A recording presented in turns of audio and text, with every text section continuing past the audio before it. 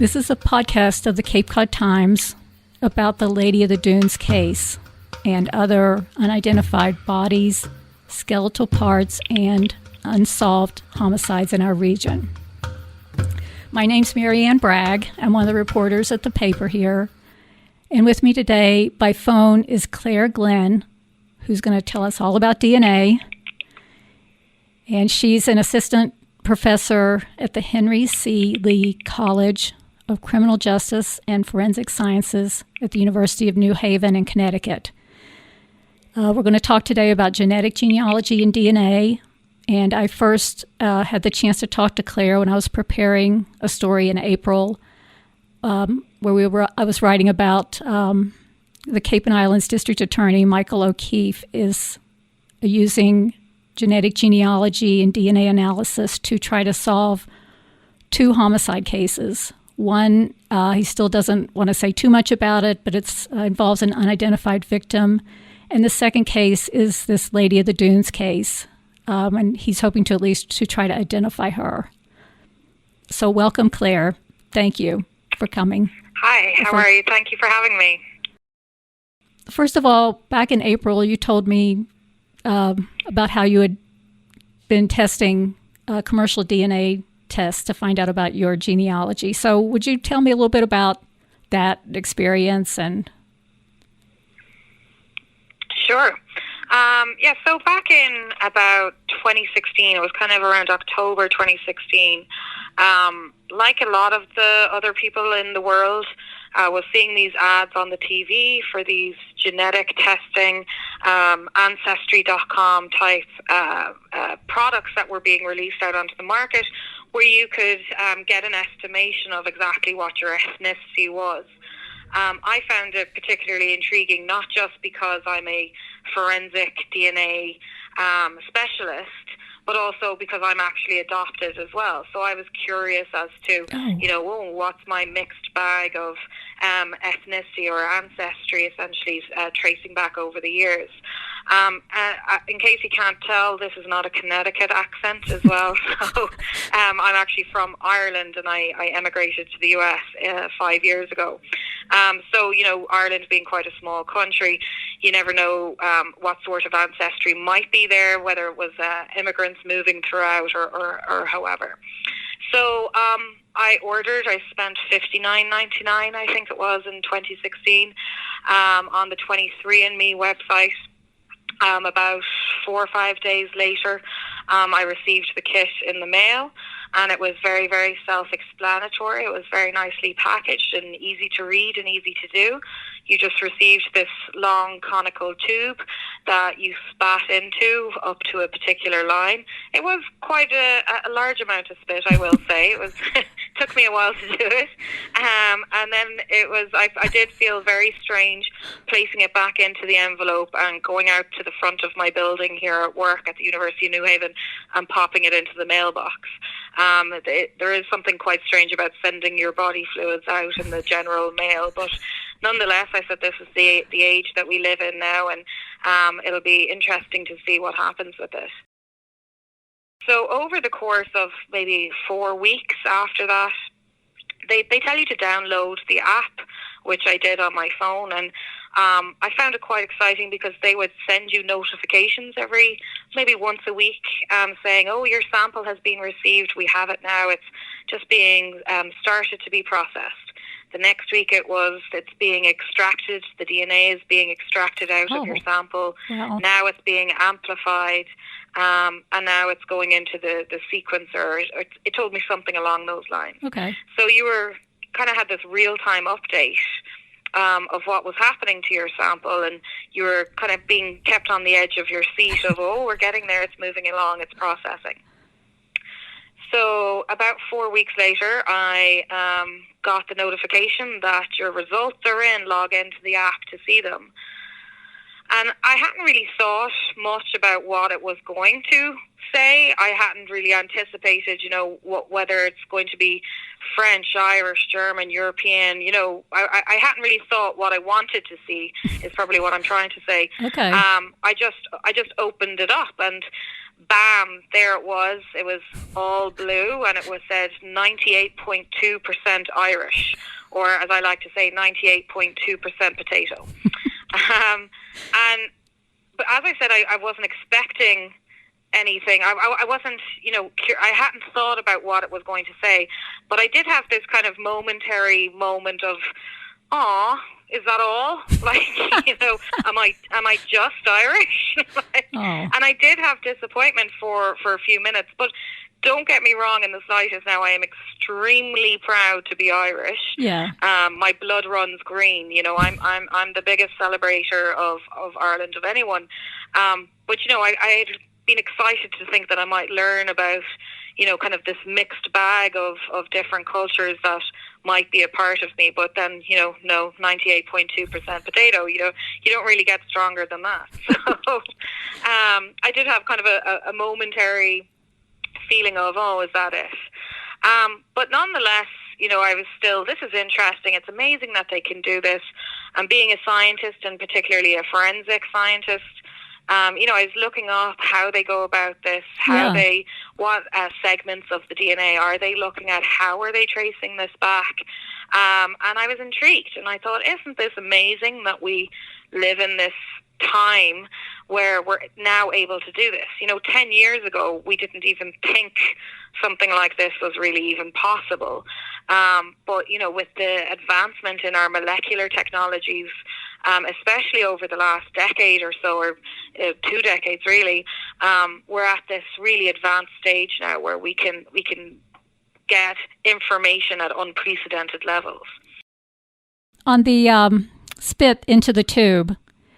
Spit into the tube, yeah? Yeah, so from there, what happens? Can you just briefly explain how they get to this, what is called the SNPs report?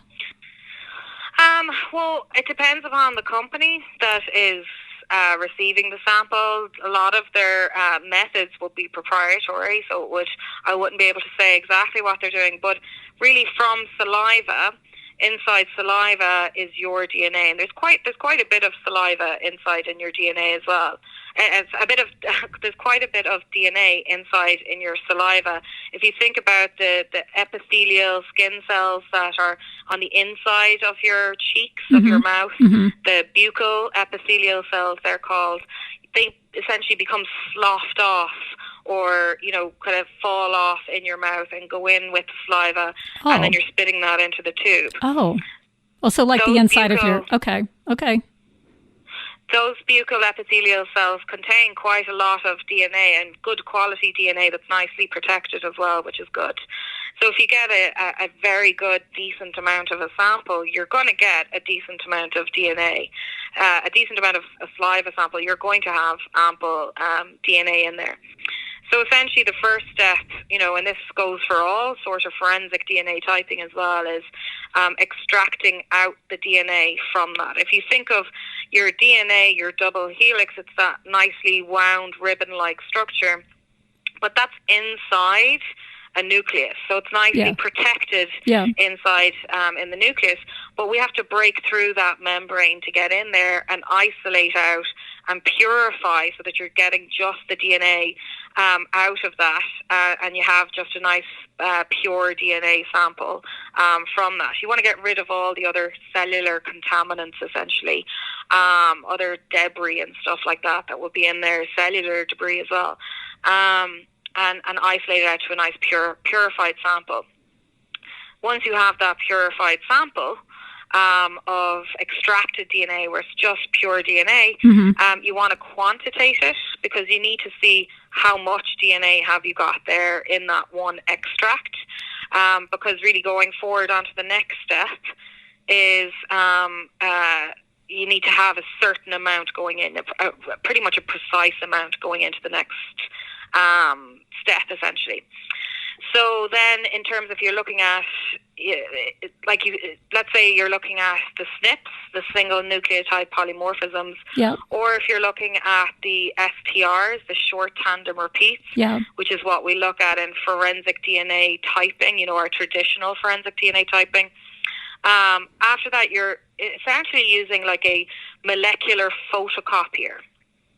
So you're targeting in, you make this kind of cocktail mixture. It's a master mix containing these what we call primers and probes, which are pre-designed, manufactured copies of particular segments of DNA, that it goes into this mixture with your own DNA, with the DNA that you want to amplify or photocopy, and it goes to particular segments along that person's DNA chain. It knows where to go. It knows where to latch on, essentially. And it basically rebuilds itself like a photocopier, making copies upon copies upon copies of these segments. So whenever someone says, they're looking at your DNA, they're not looking at your whole string of DNA, which is 3.5 billion base pairs long. That's a huge amount of information. You're only targeting particular segments of it, because these particular segments that we know is where the information regarding your ancestry, regarding your eye color, your hair color, your skin color is along the segments of those particular fragments of your DNA. So we amplify up those ones.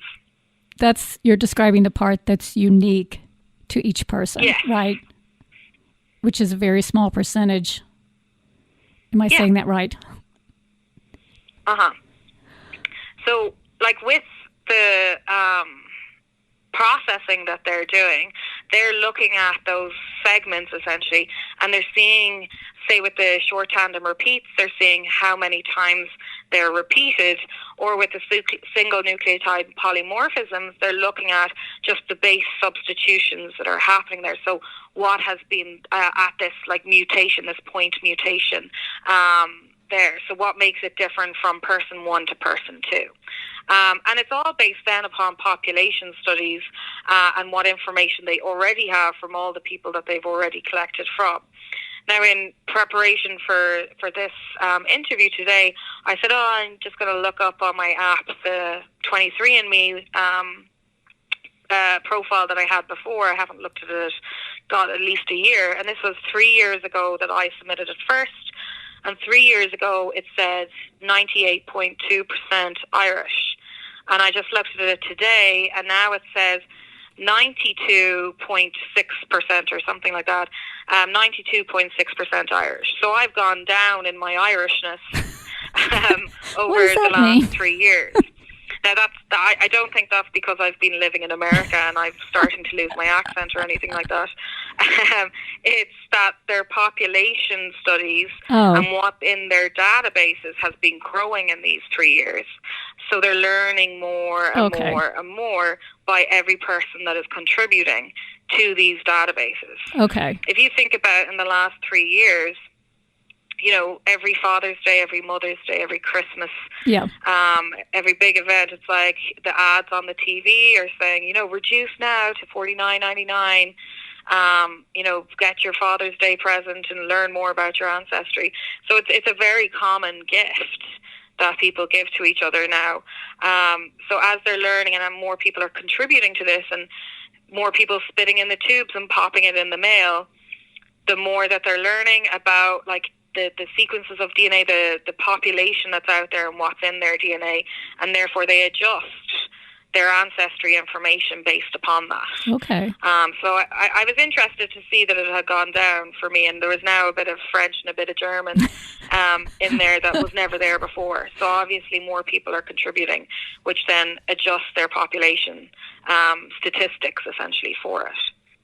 The short tandem repeats, that type of analysis is what is done with the traditional CODIS database that's really has been used for kind of like a one-to-one match, where the CODIS database is full of people who have been convicted of crimes or other types of government data.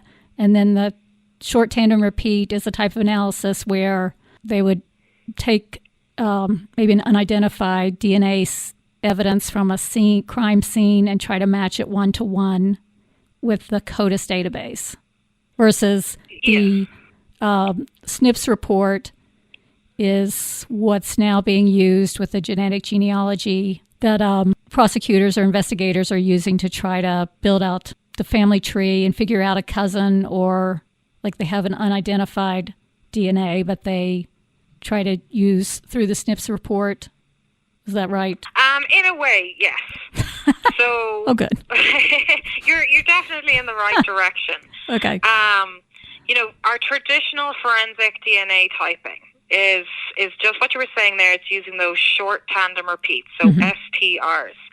And, up until January 1st, 2017, we had 13 STRs. So it was our CODIS 13. Yeah. And that is 13 particular locations along the human genome that are known to be extremely variable between individuals across the world. Yeah. So at one of those STR locations, I might have 6 repeats, whereas you, Mary Ann, might have 8 repeats. And it's that variability that allows us to be able to identify you versus me and have your profile and my profile and say, these are not the same. These are 2 different people. Whenever you think about the CODIS DNA database houses all of the STR profiles of convicted offenders, essentially in the United States. So anyone that's been convicted of a crime, their DNA is in there. Various states have different laws, like regarding how long it can stay in their database and things like that. But essentially, let's say I have a crime scene and we suspect that this blood stain on the door handle came from the perpetrator as they were exiting. So we'll swab up that blood stain, we will extract out the DNA from it, we will amplify it, separate and detect it, perform STR profiling on it, and then we will search the CODIS DNA database with that profile. So we have a questioned profile is what we call it. Now we can search through the CODIS DNA database and it can come back with no hits, as in this person has never, does not currently have a profile in the CODIS DNA database. But then if we have a suspect, we can get a court order to retrieve a known DNA profile from that person. So a police officer would swab the inside of this person's cheek. We would STR profile that sample, and then we will compare that questioned sample from the crime scene to this known sample that we've collected from the suspect. We compare the profiles. It's just a bunch of numbers, really, in its simplest form. It's telling you the number of repeats at each STR loci or location, and if it matches, it matches. You've got, all of the locations are saying the same on the question versus the known, and that's how we do that one-to-one comparison. The CODIS DNA database is not necessarily a one-to-one because there's so many in there. It's searching through.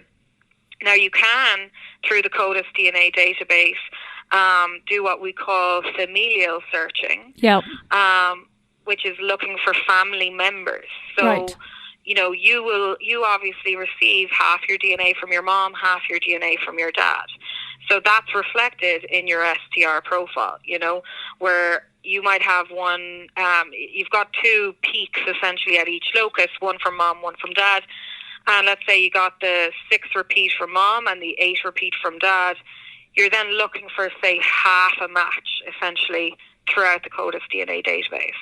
Now, familial searches, whenever they were first suggested several years ago, it was kind of, should we be doing this? Is this infringing upon people who have not convicted a crime? Your family member hasn't convicted a crime or things like that. Should familial searches be allowed? It was seen by some people as it's, an infringement on privacy and rights and things like that. But really that's been quashed. Not across the board, but, it is allowed in a lot of places. In Massachusetts, they are getting ready to file a bill in the legislature that would allow that familial searching. Yeah, and there's several places in the US that allow it. Sometimes I'm on the fence about all of these things, as well with the forensic genealogy of using, online commercial sites that people have unwillingly consented to, the police using their DNA to find the killer or the suspect or however you want to look at it. Certainly, going back to 3 years ago, whenever I spat in the tube and put it in the mail, never in my wildest dreams did I think that one day that information that I had just put in the mail could then be used in a criminal investigation, that my DNA could be used to link me to a killer in some way or a convict of some sort, And I work in the industry. I work in forensic science, so you would think that I would be more aware than most. But 3 years ago, I wasn't thinking that. 3 years ago, my biggest concern was actually health insurance companies. Right. That, this is unregulated. The health insurance companies could hack the system. They could, get the genetic information from your DNA to say that you have, a 90% susceptibility to the development of breast cancer or ovarian cancer or something like that. And therefore you wouldn't be eligible for health insurance. That's what my big concern was at the time. And with 23andMe, you have that choice of, do you want ancestry and health, or do you want just ancestry or just health? And I had specifically demanded that it was just ancestry. I didn't want any information on health because of my fears with regards to, health insurance companies getting their hands on this kind of information. With the genetic genealogy and the private companies like 23andMe, all of those databases are still private, but the people who use those have the option to download their DNA profile, that's the SNPs analysis. Mm-hmm. They can download that profile and load it into databases that are more public. And that's, it's those more public databases is where now the police can start to look and investigate. Yeah. It's not the 23andMe. Those are all continue to be private. It's just if people choose to download their analysis, their profile, I guess, to places like GEDmatch, which is a more public, then that's where the police have the opportunity to try to match up. Exactly. Is that right? That's what I think. That's correct, or?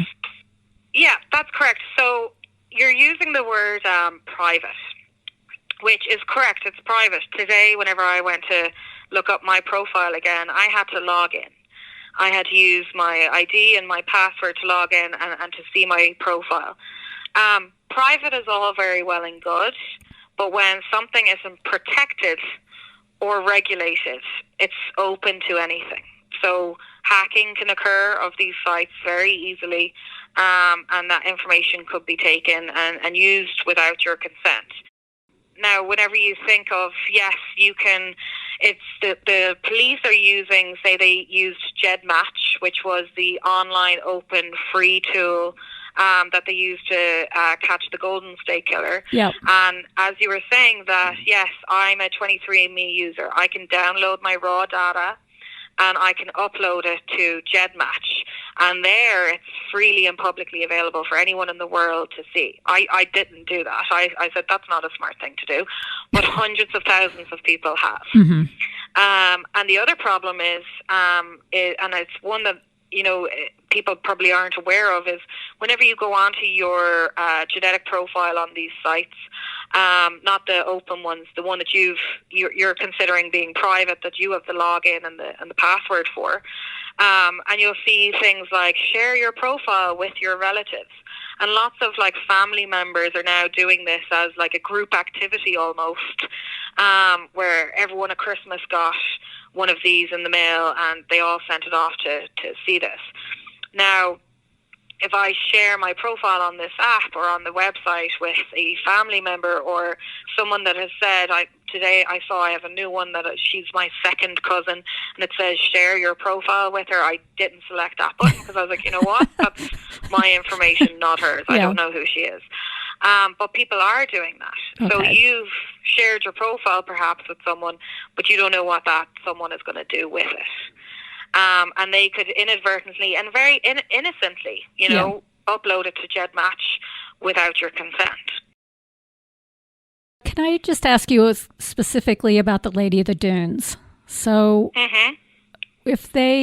so they're going to need to do a SNPs type analysis similar to what they would do for the 23andMe and so on. I know for sure that this is a little gruesome, but I know for sure they have her skull at the medical examiner's office. I believe, based on a public records request, that they have tissue sample of a leg, left scapula, right scapula, ribs, and hair samples. Is that enough? Seems like the SNPs report requires a lot more biological material. So don't misinterpret that. The commercial companies require a lot of DNA because to run SNP analysis, you need a lot of DNA. They're requiring quite a large amount of spit. I think it's like 5 mils or something like that, because they're taking into account that not everyone might be shedding out the same amount of buccal epithelial cells out of their mouth. And, some people might have had a lot of water in their mouth or something like that would have diluted it down. So while SNP analysis is certainly not as, we can do low copy number analysis with our traditional STR DNA profiling, where we only need a tiny, tiny, tiny amount of DNA. We do need a decent amount for SNP analysis, but it's not a huge amount. It's not, I would suspect, I haven't seen the samples of the Lady of the Dunes at all, but you're saying a tissue sample and there's skeletal remains. I would say that there should be enough there, but it's also important to have an assessment of what the quality of that DNA is about. So it's not just about the quantity of DNA that's there, it's the quality, because over time your DNA degrades.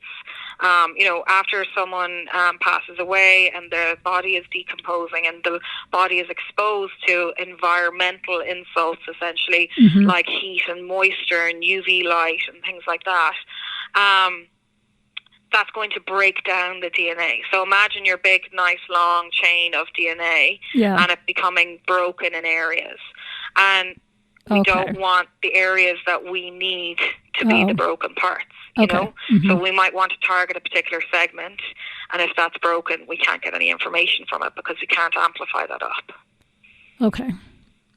So I know this was quite a number of years ago, and the body was exposed to the elements for a while, at least anyways, and there was some decomposition. But I would say, they probably have a good chance of still getting a SNP profile from it, essentially. The first case was the Golden State Killer that was caught using this new genetic genealogy method. I do think it's absolutely phenomenal that they were able to do that. I think one of my favorite parts of it as well was that, I don't know if you know, but April 25th is DNA Day. So April 25th. Yeah, it's April 25th, 1953 was when the publication first came out of the discovery of DNA's double helix, by Watson and Crick and Wilkins and Rosalind Franklin. And then April 25th, 2003 was the completion of the first human genome sequence. And then last year, it was April 25th, 2018, when the DA, the district attorney in Sacramento, announced the arrest of Joseph D'Angelo. So it's really April 25th has now become my favorite day. That's awesome. But it really is quite interesting that it's happening like that. But ever since then, since that's like just over a year ago, what are we talking, a year and 3 months or so, there has been probably over 100 cases across the United States and in Europe as well, using this method to help apprehend killers and rapists and very serious offenders that we wouldn't have been able to do before. So it really is quite amazing that it's come to this. But I think like anything, we do need to have some sort of policy and regulation on the use of it. The public needs to be educated on it, of what exactly is happening with this, because it's a tricky thing. You know, you are a single user can essentially unknowingly cast a web of legal suspicion around hundreds of family members.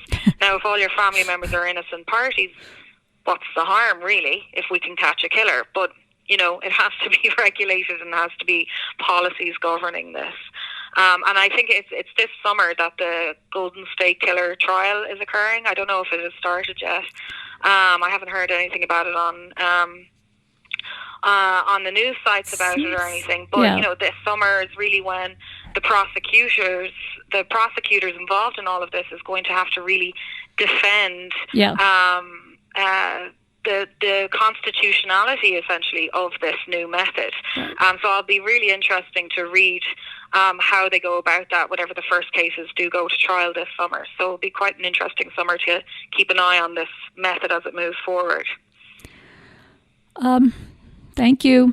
Thank you so much. Okay.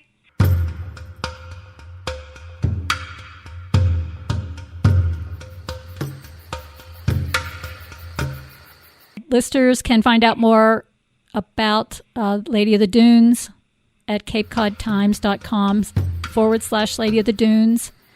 A special thanks to Kevin MacLeod at incompetech.com for the music for our show. Thank you again, Claire, and thank you everybody for listening.